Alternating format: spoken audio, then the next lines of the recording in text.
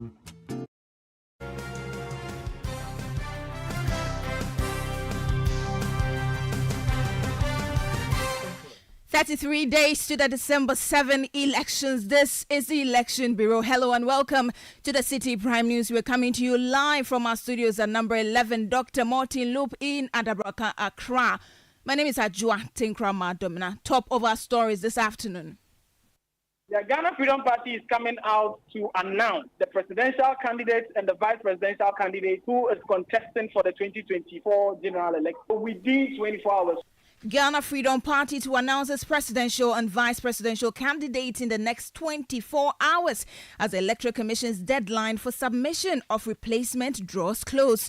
Also coming up as Ghana goes to the polls in 33 days, we'll hear from some Ghanaians who are putting corruption as one of the key considerations on deciding who to vote for.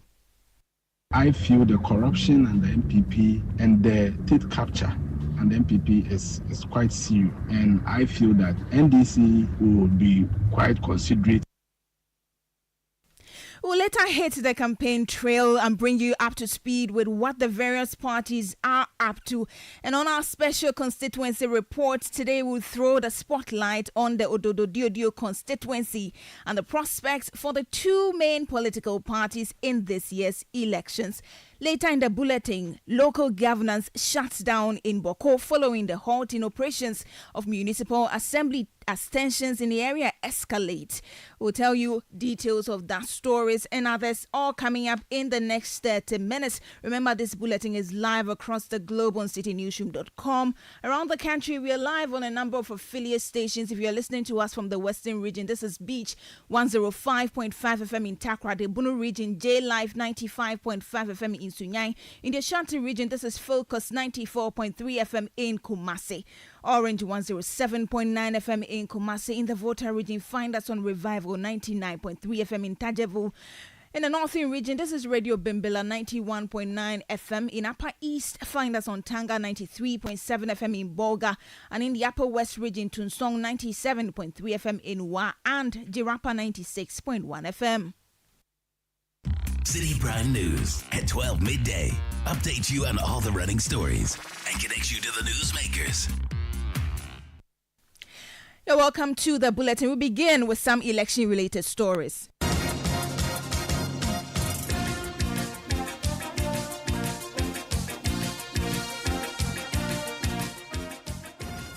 This afternoon, the Ghana Freedom Party says it will announce its presidential and vice presidential candidates for the 2024 general elections in the next 24 hours. Now, following the death of its founder and presidential candidate for the elections, Ikuya Donko, the Electoral Commission gave the party 10 days to present a replacement. Speaking to City News in Sawam Adreju, parliamentary candidate of the party, Patrick Tete, says the party is holding a crucial executive meeting today ahead of its major announcement tomorrow. Within the next 24 hours, Ghana Freedom Party is coming out again with a press conference. The Ghana Freedom Party is coming out to announce the presidential candidate and the vice presidential candidate who is contesting for the 2024 general election. So within 24 hours, within 24 hours, Ghana Freedom Party will come out there. We are having an executive meeting as we speak, and we are preparing to come out to meet the general public to announce the presidential candidate and vice presidential. No, we're starting counting from now. Okay, so by tomorrow, we'll know the candidate you're fielding for the election. Exactly. Meanwhile, the party has described as disrespectful suggestions that it should withdraw its participation in this year's elections over the demise of its leader. Patrick Tete insists the best way to honor Ikuya Donko's memory is not to withdraw from the polls. If anybody is talking about honoring somebody who independently has founded a political party, who is number 3 on the 2024 general election, and you're telling me that if you want to honor such a person who has been able to fight her way to this point, if you want to honor her, you withdraw out of this election. In the first place, it doesn't speak well to me, so it feels like it's already out of context. I don't know who the person you're talking about is, but with all due respect, I'll let him understand that even that thought of pulling out of an election where a founder who independently has founded a political party to this point has passed out, having 4 parliamentarian candidates in Ghana, and you tell us that if we want to honor her, we should pull out of the election. This is a total disrespect to Ghana Freedom Party. In Sawam Adreji parliamentary candidate of the Ghana Freedom Party, Patrick Tete.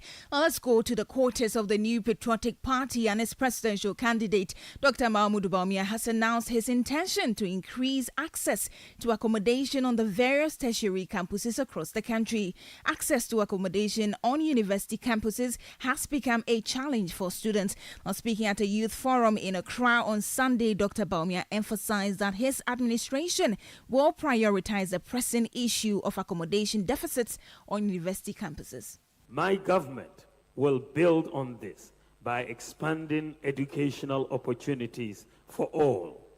My government will, among other things, increase the stock of student accommodation in our universities and other public tertiary institutions to address the housing deficit on our campuses and make them affordable. Well, the Vice President also promised to provide free tertiary education for persons with disability. We will introduce free tertiary education scholarship for persons with disabilities to remove financial barriers to pursuing their educational goals. We will also set a quota for the recruitment of persons with disabilities in all government recruitment and also provide incentives to the private sector to recruit persons with disabilities. You heard the MPP flag bearer Dr. Mahamudu Bawumia will head to the Ashanti region shortly, where he has begun his campaign tour of the region. But before we go there, both the NPP and the NDC in the region have ramped up their campaign efforts, which is viewed as a crucial battleground. Now, the region has historically been a stronghold for the NPP, but the NDC is working hard to make inroads and secure more votes. The following report by City News' Sami Wiafe explains why both parties are bent on securing more votes from the Ashanti region. The Ashanti region has over the years been seen as a stronghold of the governing New Patriotic Party, the NPP, after election results show the party's dominant presence.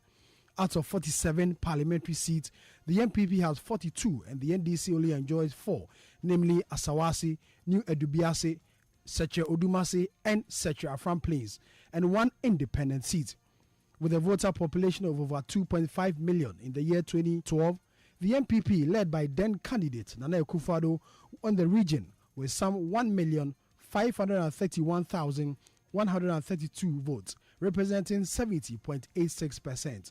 John Mahama of the NDC only obtained 612,616 votes, representing 28.25% of total vote cast.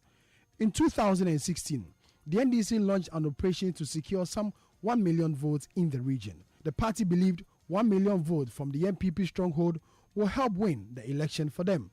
But the dream could not materialize, as NPP maintains its commanding lead in the region, obtaining 1,646,949 votes, representing 76.27%, a marginal increase of 6% from the 2012 election.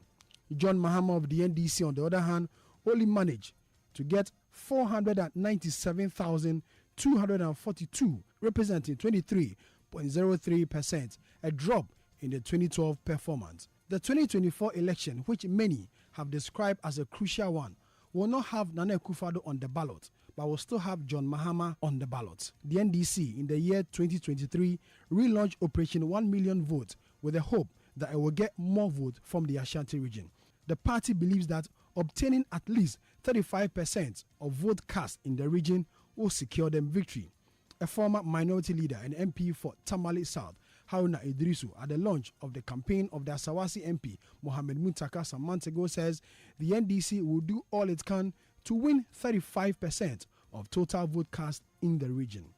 And therefore, we are optimistic that Ashanti Man will support John Dramani Mahama and support NDC to win. We need just a little above 35% in Ashanti region, and we'll declare John Dramani Mahama the winner of the 2024 presidential and parliamentary election. The MPP, on the other hand, wants to increase its votes in the region from 71% in the 2020 election to 85% and above. The vice presidential candidate of the party, Dr. Matthew Opoku-Prempeh, as his official outdooring in July this year, urged party supporters to come out and vote massively in December. Yes,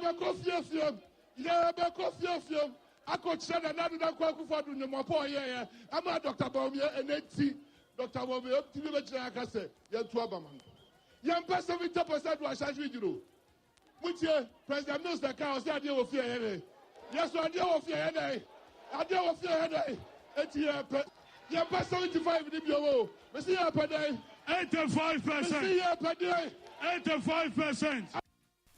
You heard the vice presidential candidate of the New Patriotic Party, Dr. Matthew Opoku-Prempeh, ending that report filed by Citi News' Samiria Fit. Let's go to the NDC now, and its flag bearer, John Mahama, believes President Akufo-Addo's recent assurances of a peaceful power handover reflect an acknowledgement of the potential for the NPP to lose the upcoming elections. Speaking at a campaign rally in Biakoya in the Oti region, Mr. Mahama suggested that Nana Akufo-Addo's remarks signal a readiness to transition power, which John Mahama interprets as a sign that the president is coming to terms with the possibility of an NDC victory on December 7. John Mahama urged his supporters to remain vigilant and united as the election approaches. Adeba Kuntia, I was a Ghana for Tuma NDC. And it's a NDC bar. Obia, where we are Ghana for Sikabia. Obia, where we are Ghana for Japadibia. The reason you must vote for the NDC is that we will go after all who have stolen from the public purse. Dr. Bawumia cannot hold them accountable. That was why he said he will not hand over power to me. But recently, I heard him say he will hand over power to whoever wins. It is just because he knows that the NPP is about to lose the election. He knows that JM is coming back to the Jubilee House. Afe wajetum se nipa obedi nkunim or the akunwa no be ma no na minim se onaka se hu se woyeyaya JM obeba woyeyaya JM beba. Meanwhile, John Mahama has urged the National Peace Council to broaden the list of signatories to the Peace Pact for the 2024 elections. In respect to the pre-election peace accord, we will be making an official proposal to the National Peace Council to expand the signatories to the Peace Pact to include other important stakeholders in our elections. We believe that this will bind other important institutions to play their role for a peaceful election. It is our hope that this will make the pact a more binding commitment to peace, and not just a ceremonial piece of paper without any meaning. We have lived in peace and coexisted as various religions in Ghana. This election has nothing to do with our religious persuasions.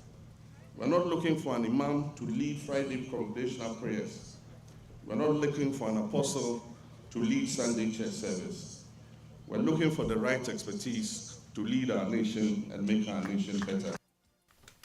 You heard flag bearer of the National Democratic Congress, John Dramani Mahama. Miho, he has started his tour of the Oti region, which is one of the strongholds of the National Democratic Congress. We do know also that the flag bearer of the New Patriotic Party, Dr. Mahamudu Bawumia, is also in the stronghold of the NPP in the Ashanti region. We'll keep up with the campaign trail and update you subsequently. But now, the head of Political Science Department at the University of Ghana, Ali Duseidu, is urging the Electoral Commission to involve other stakeholders in the observance of the printing of ballot papers. This follows the EC's invite to journalists to witness the printing of ballot papers at 3 of the 6 designated printing facilities handling both presidential and parliamentary ballots for the December 7 elections. Speaking to Citi News, Dr. Ali Duseidu indicated that other stakeholders must be allowed to observe the process to increase transparency and accountability.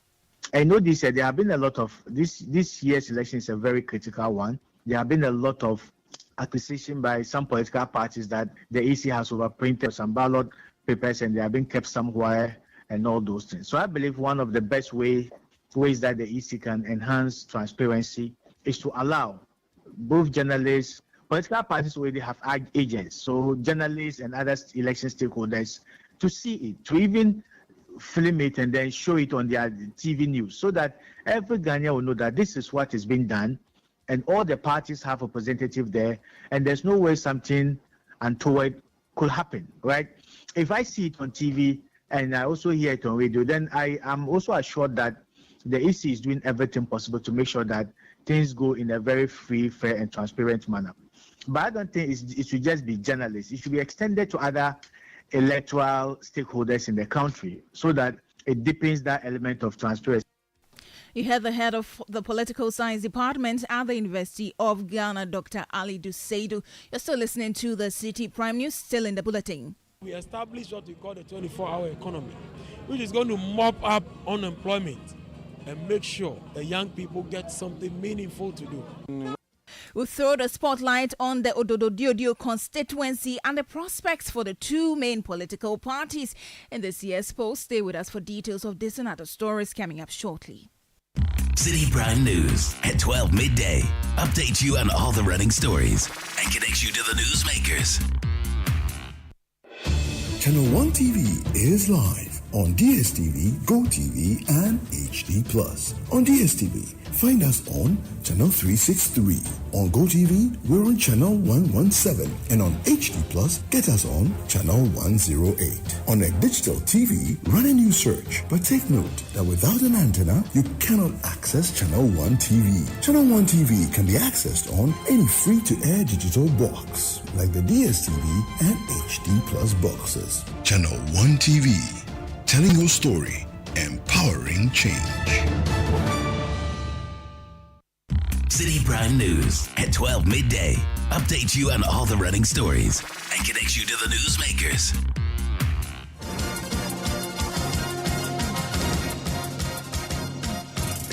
You're welcome back to the bulletin. Let's continue with some political stories. And as the race heats up in the Ododo Diodio constituency in Accra, both the NPP and the NDC are fielding new candidates in a bid to secure one of Ghana's most politically charged seats. Now, with a history of fierce competition and high voter engagement, the December elections could either reinforce the NDC stronghold or usher in a new era for the NPP in the constituency based on the heart of Accra. Channel 1 News' Ni Ayikwe Okai reports. Ododo Diodio consists of over 100,000 eligible voters with 7 electoral areas. These are Koledudo, Amamomo, Mudo, Mleshi, Kinkan, Kolewoko, and Mlechagono. The Ododo Diodio constituency has historically been identified as a flashpoint for electoral violence, primarily due to the long-standing political rivalries in the constituency.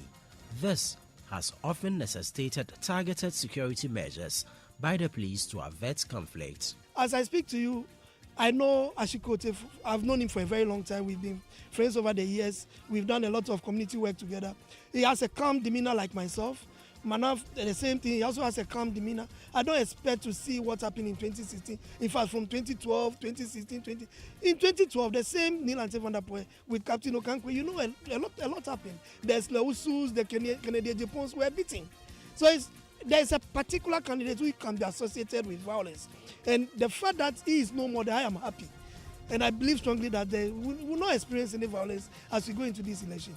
The MPP are the ones on paper who have perpetuated all the violence in the Ododo Diodio. It has always been the NDC supporters who have suffered the violence of the MPP. As we're talking now, we lost lives in the last elections. In 2016, 5 of our people were shot at. As we see today, I continue to take care of the household of those people.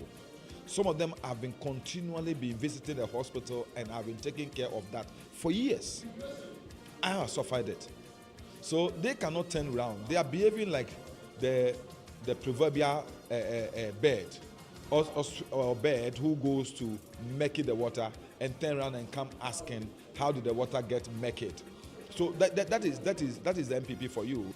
The 2024 general election in the Ododo Diodio constituency is said to be a critical turning point, as both the NPP and NDC present fresh candidates following the withdrawal of key political figures from the parliamentary race. Historically, the constituency has been a stronghold for the NDC, with only one significant victory for the NPP in 2000 by former President John Ejekum Kufuor and Reginald Nebia Ibonte as the Member of Parliament. We are bringing what we call the Women Development Bank, because my constituency is predominantly market or commercial areas, from Makola through Okanshi, Katamanton, and then the fisher folk. Salaga Market have been left to rot. St. Paul School have been left to rot. Agbogboshi Market is also there.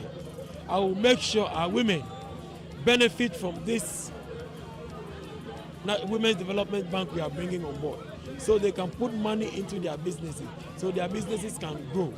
Proud to becoming the parliamentary candidate. I've been able to equip young ladies and young guys who have been able to go through apprenticeship and acquire some level of skills, and I've been able to give them a startup kit to work with. After being the parliamentary candidate, okay, fine, I was able to give them 250 sewing machines and 400 pieces of air dryers just to go and start up something with. Say it and do it before you give me the note. Someone said, vote for me, then when I come, I'm going to give you jobs and that. If that is an archaic this thing. With both parties presenting new candidates, the constituency may see its most competitive race yet. Indeed, the stakes are high in the race for parliamentary representation in the Odododio constituency. As both the NPP and NDC introduce new faces, voters are looking closely at who has the capacity to address the pressing demands of the constituency and bring impactful change. Will this election shift the tide, or will tradition remain strong?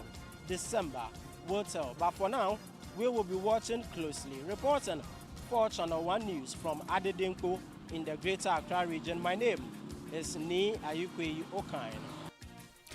And as the 2024 elections approach, many Ghanaians are increasingly vocal about their dissatisfaction with the current government. Concerns about corruption, the rising cost of living, and various scandals have led many to consider supporting a different political party and make a U-turn.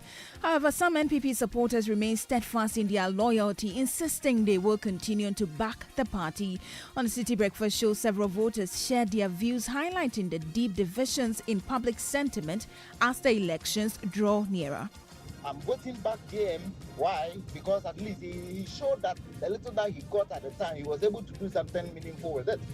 Now, all they talk about is free senior high school. Put free senior high school aside, they can't pinpoint any one thing that they have done. I feel the corruption and the MPP and the sort of state capture and the MPP is quite serious. And I feel that NDC, if even they would do such a thing, would be quite considerate to the ordinary Ghanaian. So I'm voting for NDC. I'll vote against NPP. 1, Galamsey. 2, spending $58 million on the National Cathedral. It doesn't make sense to me. Too much borrowing, but nothing is done. Tertiary hospital demolished. Too much lies on economy. Poor performance of Black Star. And then demolition of toll booth, which was generating revenue for us. You demolish it. 1 million per constituency. Cecilia the past scandal.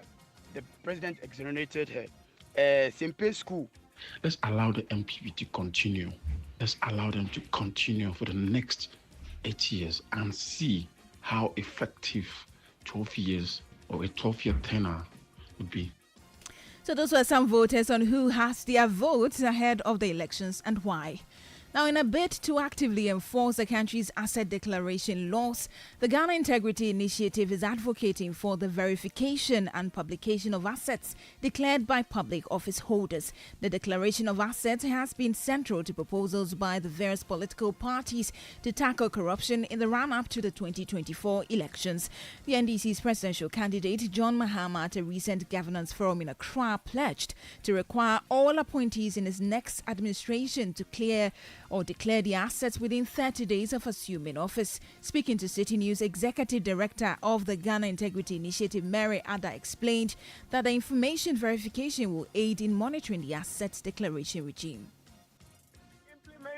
mean, it depends. As the law stands, it requires that when there is an issue, then SHRAG then comes in to get the assets that have been declared, which are lodged with the Auditor General, to then assess. And so if you remember, in the case of ABHJ, SHRAG did same, and that is how SHRAG and other competent authorities were able to determine that some wealth had been gained and monies had flown or had been going through his various accounts. You could then know when and how.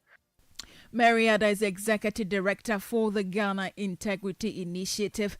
I'll move on to some other stories, but we'll kindly remind you to follow us for all your election-related stories using the hashtag GhanaPost2024, hashtag CityVerify, and hashtag TheElectionBureau. Let's move to Boko now. The Boko Municipal Assembly and Binduri District Assembly in the Upper East region have been shut down by some unidentified men. According to City News sources, the closure of the two assemblies was done in the early hours of today. Now, the recent Boko conflict has led to the death of over 20 people, with the latest killing happening yesterday. This has led to the government imposing a 6 a.m. to 6 p.m. curfew on the township. Let's go live now and speak to a local journalist in the area, Ibrahim Abode. Good afternoon, Ibrahim. Thank you for joining us. We understand the Boko and Binduri assemblies have been shut. Do we know why? Well, we can't tell exactly what triggered that, but intelligence is that unidentified youth groups, decided to close it down, demanding the arrest of Alhaji Seydou Abare before the offices will be reopened. So when you go to the Boko Municipal Assembly, the notice is written there that arrest Seydou Abare or their next action is not going to be good. So that is what is happening now. And then there's a similar thing that has happened at the Binduri District Assembly, which happens to be one of the district assembly that is closest to the Boko municipal. So they have also, closed that facility. And then the vehicles that were in front of the Binduri District Assembly, the drip vehicles and the other vehicles who have been packed away. So the security situation in Boko sometimes, for now, is getting volatile. Just this morning, there were, exchanges of gunshots here and there, and it has not been that cool since the return of the Paral chief to Boko. Now, you mentioned just this morning there's been gunshots, but how are residents reacting to the burning of the individual who died on Saturday?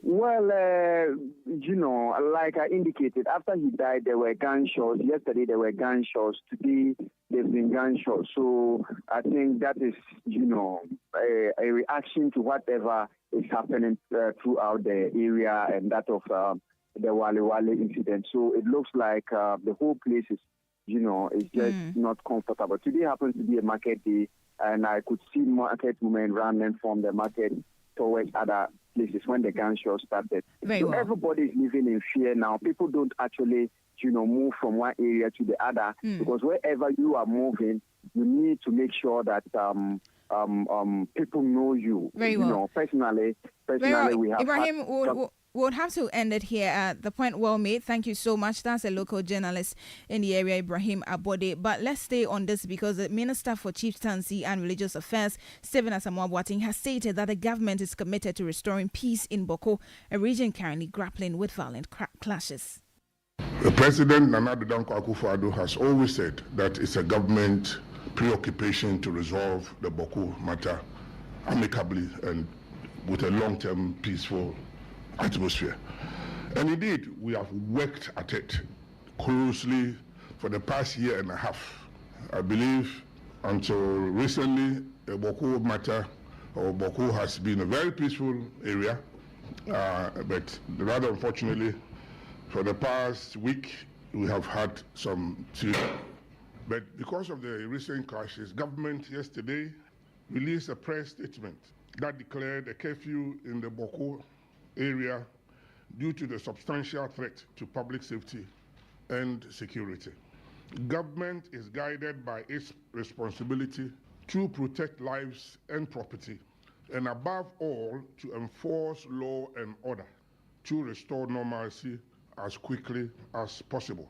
You heard there the Minister for Chieftaincy and Religious Affairs. And that's all we have for you for today's edition of the Citi Prime News, which has been live from our studio in Adabraka, Accra. You can log on to citynewsroom.com for more stories and join us with the hashtags CitiVerify, hashtag GhanaPost2024, and hashtag Election Bureau for all your election-related stories. My name is Ajua Tinkrama Domina. Thank you for your company. Good afternoon. City News. We speak first. Reach our hotline on 0302 224959 and get interactive on Facebook, City 97.3 FM, and on Twitter at City 973.